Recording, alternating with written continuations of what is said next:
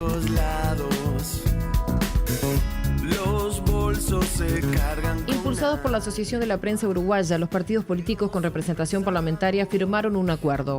Bajo el nombre Pacto Ético, los partidos se comprometieron durante la campaña electoral a no generar ni promover noticias falsas o campaña de desinformación en perjuicio de adversarios políticos y a evitar acciones o expresiones en tono agraviante. Son de esas cosas singulares que tiene el Uruguay, ¿verdad? Creo que en ningún lado se da una cosa de este tipo. Las noticias falsas han existido a lo largo de la historia de la humanidad, pero naturalmente la civilización digital y todo lo que ella conlleva permite que hoy puedan tener un peso desmesurado en las decisiones que toma la gente. Impulsados por la Asociación de la Prensa Uruguaya, los partidos políticos con representación parlamentaria firmaron un acuerdo. Bajo el nombre Pacto Ético, los partidos se comprometieron durante la campaña electoral a no generar ni promover noticias falsas o campaña de desinformación en perjuicio de adversarios políticos y a evitar acciones o expresiones en tono agraviante. Se mezclan con cosas que pasarán en otros encuentros.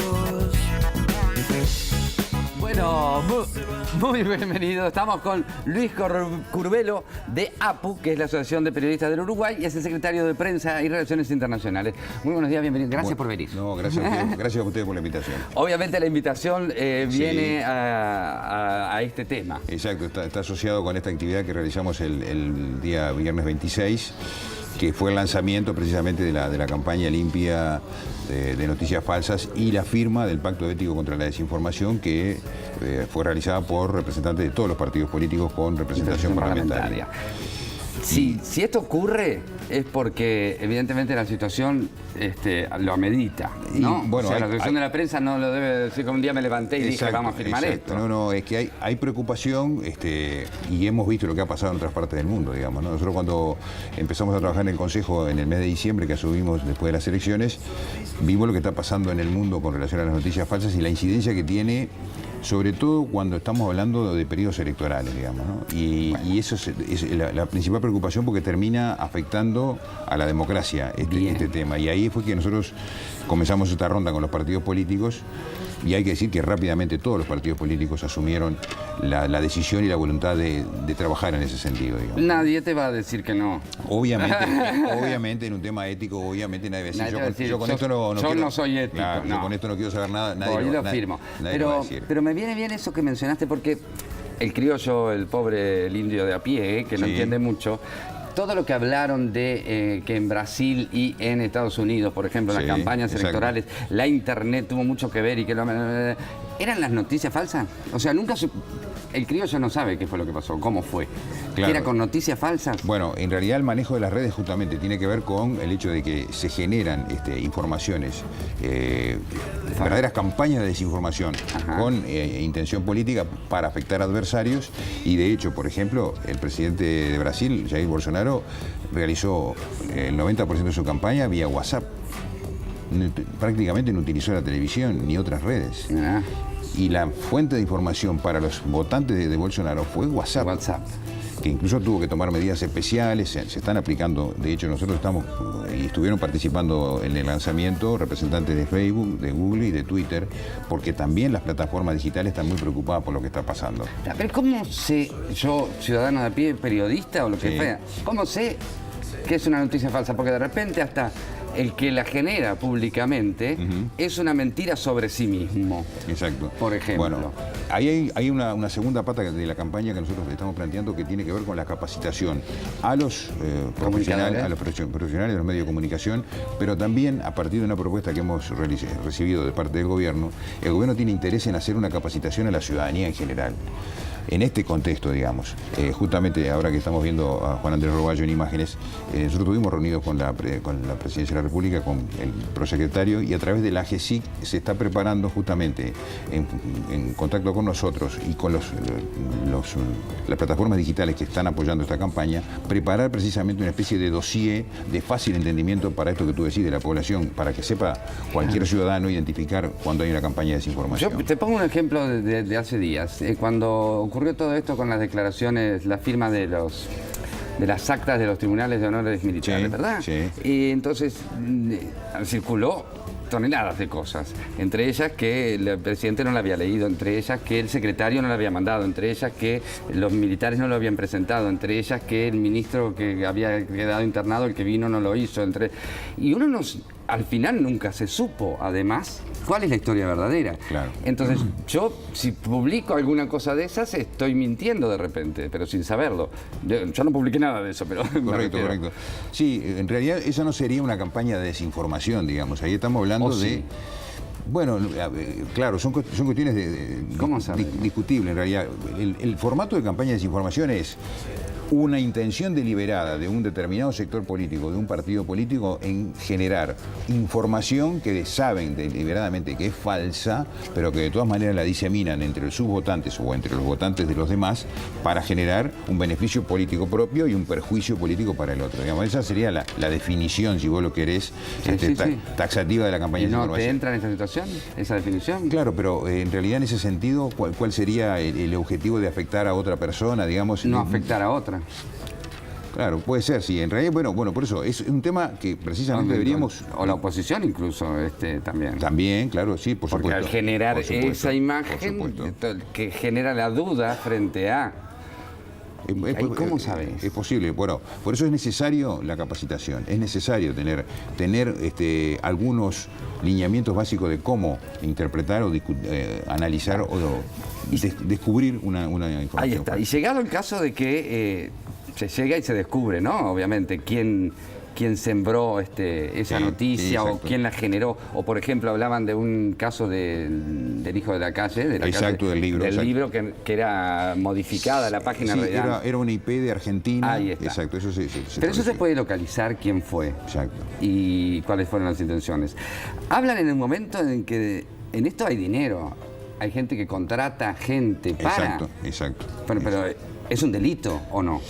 Bueno, ¿me explico? Sí, claro. En realidad no hay un delito en contratar un servicio para generar este tipo. Por ahora no está previsto. Pues debería. Bueno, claro, el tema es ese. O sea, acá lo que hay en realidad... ¿Mentir? Exacto, no hay una condena penal ni una condena económica. Acá, en todo caso... ¿Le puede hacer un juicio civil? En todo caso, lo que hay acá es una condena moral y ética, digamos. Es de ese claro, tenor. pero en un país sin memoria... No, estamos claros que esto es apenas un primer paso que por suerte lo pudimos dar, porque otros países ni siquiera lo pueden dar, ¿no? Ese es el gran tema también. Y reconozco además que también es la oportunidad de hacerlo frente a la campaña electoral.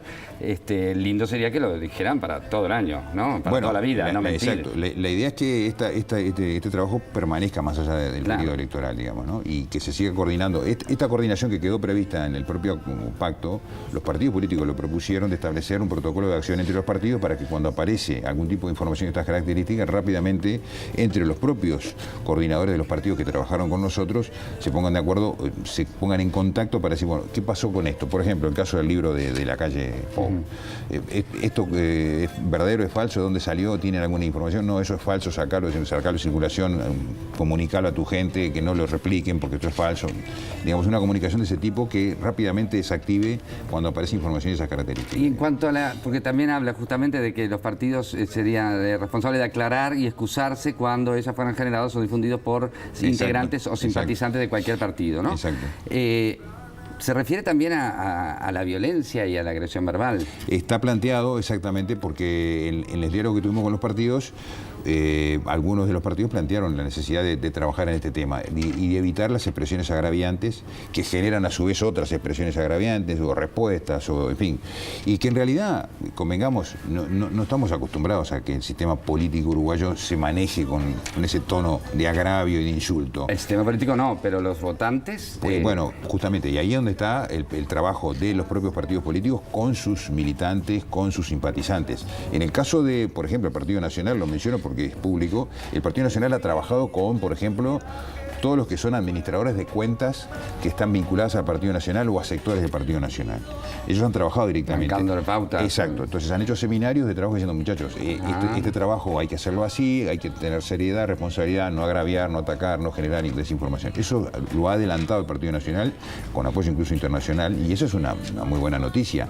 Ojalá se ampliara al resto de los partidos. En el Frente Amplio se está trabajando también muy bien con el tema de las distintas redes que funcionan dentro del paraguas Frente Amplio, digamos, porque porque hay una infinidad de sectores, de repente, bueno, cada diputado tiene su propia cuenta de Twitter y su propio administrador, y eso genera obviamente un ruido bastante importante que es necesario tratar de coordinarlo de alguna manera. Fuera del aire te voy a contar alguna experiencia que tuve donde no reaccionaron así los partidos políticos, pero... No, a ver, no, claro. una anécdota, sí, pero además por antes del supuesto. acuerdo. Sí, Antes del sí, acuerdo. bueno, está bien. Antes del Esperemos acuerdo, que ahora sea un poco diferente. Hay otro tema que también refiere a... hay muchos temas que te quiero preguntar. Sí. Hay otro tema que refiere también a los comunicadores, a los medios de comunicación específicamente, no solo al que está enfrente de la pantalla. Que muchas veces no es que generen una noticia falsa o digan una noticia o se manifiesten racistas, pero sí le ponen un micrófono a alguien que lo hace, lo sacan al aire editado incluso, y no hay ninguna explicación posterior ni del medio ni del periodista de que no es correcto lo que dijo. ¿Me explico? Claro. Ahí también, porque uno cuando una mentira repetida mil veces, si yo le pongo un micrófono a una persona que está en determinada situación, sé lo que va a decir.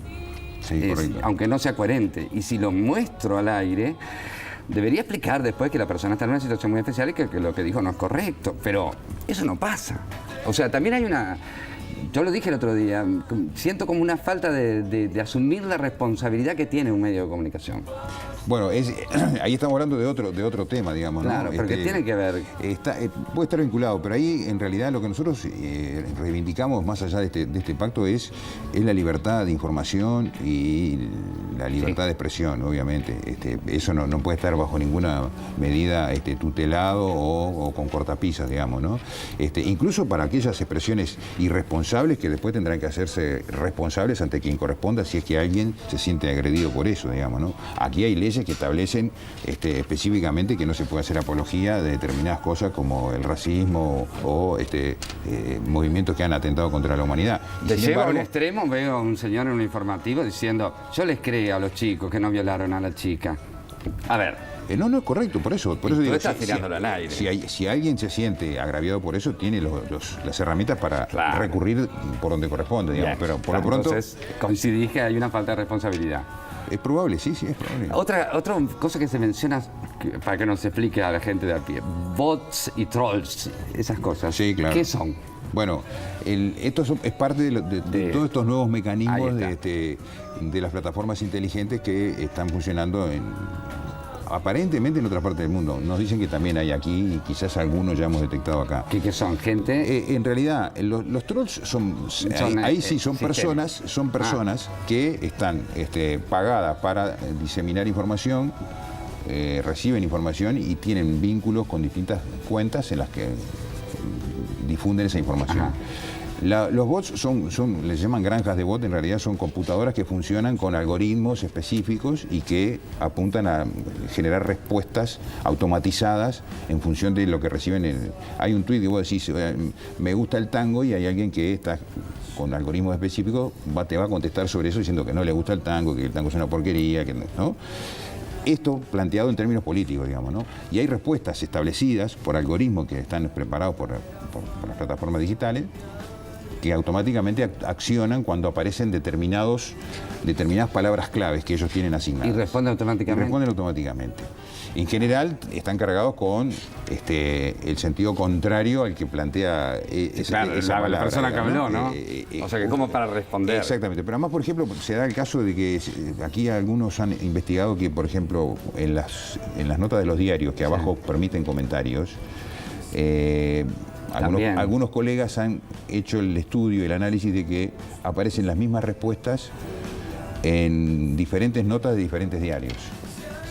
La misma persona que aparece contestando acá en el diario El País, pongamos, aparece contestando en el diario El Observador o en el diario La República, digamos, ¿no? Y ahí te das cuenta que evidentemente claro, hay porque alguien si que no está... decís que es una persona que tiene que estar todo el día leyendo todo. Es imposible. Entonces cuando aparecen palabras claves, automáticamente se activa ese mecanismo de respuesta de y eso esos lo bots. puedo usar también como desinformación también.